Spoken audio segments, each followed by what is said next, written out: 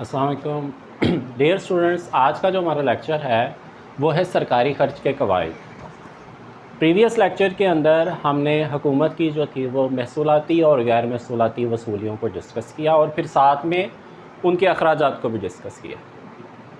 हुकूमत जब अखराजात करती है तो उसके कुछ प्लान होते हैं, कुछ रूल्स के मुताबिक जो होती है वो तमाम के तमाम जो अखराजात होते हैं उन्होंने डिसाइड करने होते हैं। वो क्या असूल हैं वो आज हम डिस्कस करेंगे। सबसे पहले है आपके पास ज़्यादा से ज़्यादा मौशरती फ़लाह व बहबूद। पहला रूल गवर्नमेंट का ये होता है जब वो अपने अखराजात को डिसाइड करते हैं कि हुकूमत ने जो अखराजात करने हैं वो सबसे पहले ज़्यादा से ज़्यादा लोगों की फ़लाह व बहबूद के लिए इस्तेमाल करने हैं। तो इसका मतलब फ़र्स्ट रूल क्या है आपके पास,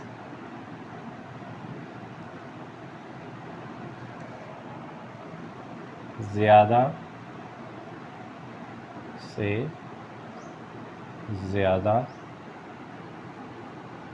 फ़लाह व बहबूद।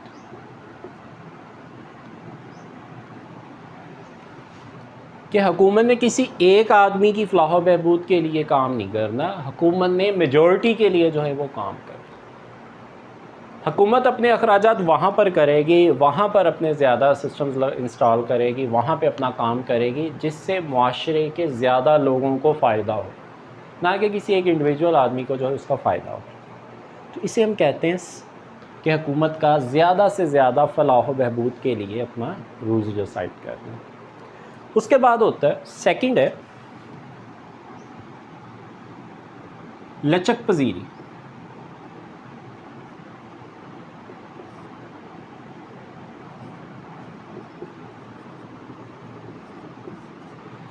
लचक पजीरी के असूल में ये आता है कि अगर हुकूमत अपना ख़र्च किसी प्रोजेक्ट में बढ़ाना चाहे बढ़ा सकते हैं, कम करना चाहें तो कम कर सकते हैं, इनकम बढ़ाना चाहे बढ़ा सकते हैं, ख़र्च कम करना चाहें कम कर सकते हो। इसका मतलब है हुकूमत का जो बजट होना चाहिए वो लचक पजीर होना चाहिए, जो टाइम ड्यूरेशन चल रहा हो उसके मुताबिक जो है वो एडजस्टेबल हो आपके पास। यानी कि अगर हुकूमत को ज़्यादा आमदनियों की ज़रूरत है तो हुकूमत अपना बजट इस तरह से रीअरेंज करे कि हुकूमत के पास आमदनी जनरेट हो जाए, ज़्यादा आमदनी जनरेट हो जाए। हुकूमत अपने अखराजात का तयन इस तरह से करे कि ज़्यादा से ज़्यादा लोगों की फ़लाह व बहबूद के लिए हो। और अगर हुकूमत को मज़ीद आमदनी की ज़रूरत है तो हुकूमत जो है वो टैक्स में जो है वो तब्दीली कर सकते हो। और हुकूमत अगर चाहती है कि किसी प्रोजेक्ट के अंदर ज़्यादा पैसे चाहिए, उसकी बजटिंग जो है वो बढ़ानी है, तो हुकूमत जो है उसके अंदर रद्द-बदल जो है वो कर सकते हैं। तो लचक पजीरी का असूल है, यानी कि हुकूमत अपने बजट में इजाफ़ा और कमी अपने प्रोजेक्ट्स में के ऊपर कॉस्ट जो है बढ़ा भी और कम भी सकते होते हैं। इसे हम कहते हैं लचक पजीरी का असूल। उसके बाद थर्ड है मंजूरी का असूल।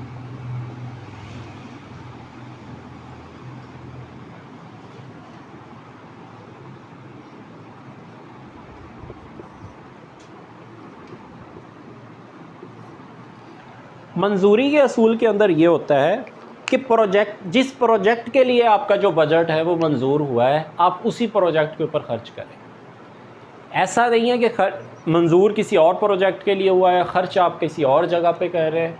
यानी कि मंजूर हुआ है आपका हेल्थ के ऊपर, आप वही बजट जो है इस्तेमाल कर रहे हो एजुकेशन के ऊपर, या फिर एजुकेशन के ऊपर आपके पास बजट मंजूर हुआ और आप उसको जो इस्तेमाल कर रहे हैं ट्रांसपोर्टेशन सिस्टम के ऊपर, तो ये बात गलत है।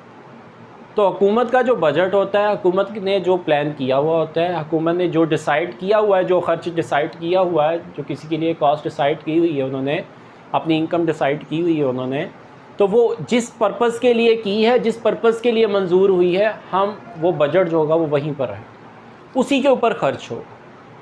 तो इसका मतलब जिस प्रोजेक्ट के लिए मंजूरी हुई है, जिस काम के लिए वो पैसा या बजट जो मंजूर हुआ है, वो उसी काम के ऊपर जो होगा वो खर्च भी होगा। इसको हम कहते हैं मंजूरी का असूल कहते हैं। उसके बाद नंबर 4 है आपके पास कफ़ायत का असूल।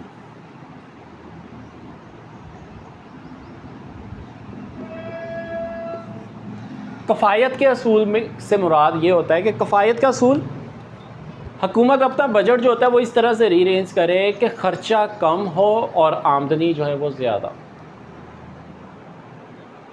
खर्चा कम हो और आमदनी ज़्यादा हो। ये ना हो कि आमदनी कम हो और उसको इकट्ठा करने के लिए उसके ऊपर हुकूमत का जो ख़र्चा आ रहा हो वो ज़्यादा, तो ऐसा नहीं होना चाहिए।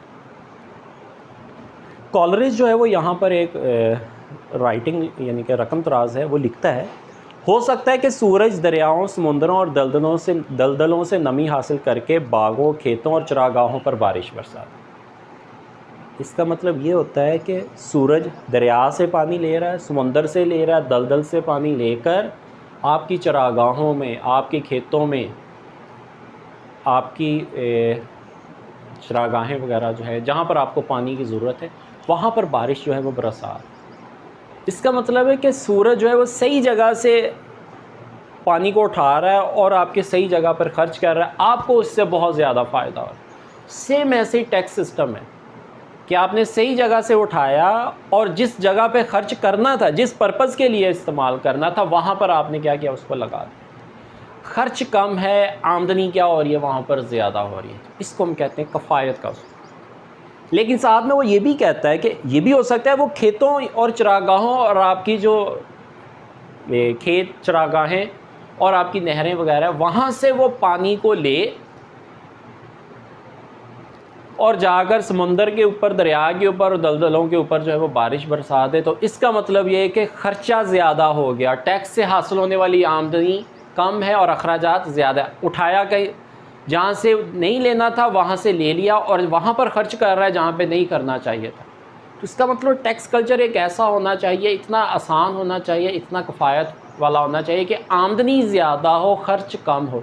ये ना हो कि आपने 100 रुपये का टैक्स इकट्ठा करना और 10,000 का आपने मुलाजिम रखा हुआ, तो ये फिर हुकूमत के ऊपर जो होगा वो बर्डन होगा आपके पास।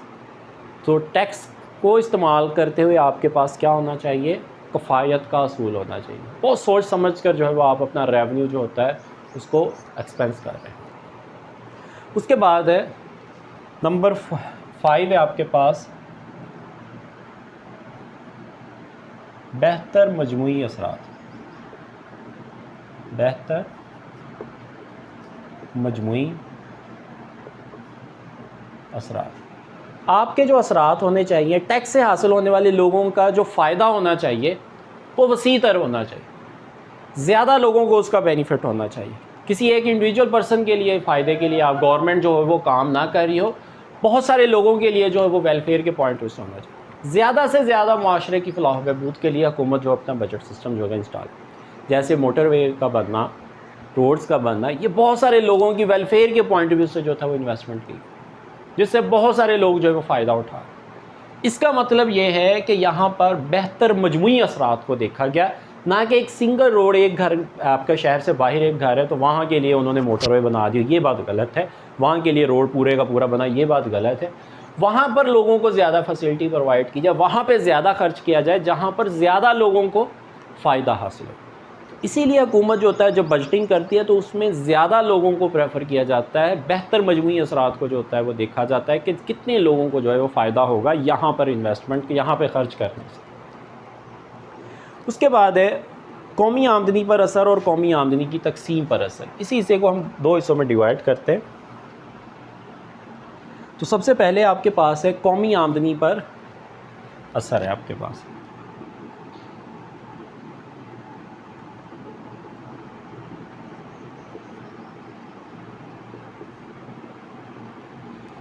कि हुकूमत जो होती है अपनी आमदनी को इकट्ठा और ख़र्च इस तरह से करे कि जिससे कौमी आमदनी पर जो है वो पॉजिटिव आपका इफेक्ट पड़े। ये ना हो कि आप लोगों के ऊपर टैक्स इतना ज़्यादा बढ़ा दें, इतना ज़्यादा उनके ऊपर बर्डन आ जाए कि आवाम जो है वो ऊपर आने की बजाय बिल्कुल ही नीचे चले, गुर्बत की लाइन से भी वो नीचे चले। तो फिर ऐसा टैक्स कल्चर जो होगा, ऐसी आपके रेवेन्यू जनरेट करने का जो टेक्निक होगी वो आपकी फ्लॉप हो जाएगी। तो हुकूमत जो होगी वो ऐसा प्लान करेगी कि वो जब आवाम की फलाह बहबूद के लिए ख़र्च करे, तो आवाम की वेलफेयर के लिए जब खर्च कर रही है तो आवाम जो है वो ऊपर को आए, उनकी आमदनी जो है वो जनरेट हो, बेरोज़गारी में कमी हो, लोगों के रोज़गार में इजाफा हो, ताकि दोबारा जब वो टैक्स लेने के लिए जाए उनकी आमदनी बढ़ेगी तो आप लोगों को वो टैक्स में जो होगा वो इजाफा कर सकें। लोगों की आमदनी बढ़ी, लोगों के रोज़गार में इजाफा, मौशी तरक्की होगी, तब जाकर आप दोबारा जो होगे उनसे रेवेन्यू जो होता है वो जनरेट कर सकते हैं। सेकंड है आपके पास कौमी आमदनी की तकसीम पर असर। कौमी आमदनी की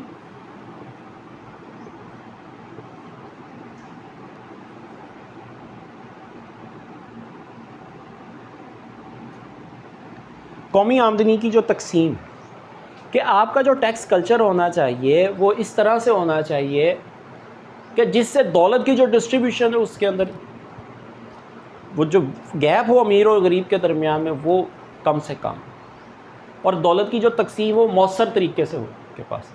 ये ना हो कि माशरे के अंदर जो अमीर है वो अमीर से अमीर तर होता चला जाए और बेचारा जो गरीब हो वो गरीब से गरीब होता चला जाए। तो आपका ऐसा टैक्स कल्चर जो है वो नहीं होना चाहिए। हुकूमत का जो बजट सिस्टम होना चाहिए वो इस तरह का ना हो कि अमीर लोगों को ज़्यादा फ़ायदा पहुंचा दिया जाए, गरीब लोगों को बेचारों को और ज़्यादा जो है वो नीचे कर दिया जाए। तो ये कंडीशन जो होगी वो गलत है। तो हुकूमत का जो बजट होना चाहिए वो इस तरह से होना है कि दौलत की डिस्ट्रीब्यूशन अच्छी हो जाए, अमीर और गरीब के दरमियान में जो फ़र्क हो वो कम से कम हो, नीचे वाली जो आमदनी उनकी वेलफेयर के लिए ज़्यादा खर्च किया जाए ताकि वो ऊपर की तरफ आए। जो ऊपर वाला लेवल है उनके ऊपर जो है वो उनकी आमदनी के हिसाब से जो वो टैक्स लगाया जाए ताकि वहाँ से इनकम निकल कर इनके ऊपर जो है वो खर्च हो, और इनका जो गैप होना चाहिए वो आपका कम से कम हो। क्योंकि अमीर और गरीब के दरमियान जब जितना ज़्यादा गैप बढ़ता जाएगा माशरे के अंदर उतनी ही ज़्यादा बुराइयाँ भी जो होती हैं वो बढ़ती चली जाती है। तो एक तरफ से इनकम जनरेट करके दूसरी तरफ पे लोगों की वेलफेयर के लिए जब खर्च किया जाएगा तो इनकी जो दौलत की जो डिस्ट्रीब्यूशन है उसके अंदर भी फ़र्क जो होगा वो कम से कम होता चला जाए। तो हुकूमत जो होती है बेसिकली बजट जब अनाउंस करती है, बजट बनाती है या हुकूमत की जो पॉलिसी होती हैं वो ज़्यादा से ज़्यादा लोगों के वेलफेयर के पॉइंट ऑफ व्यू से होती है ताकि लोगों को जो है उससे फ़ायदा हासिल हो सके।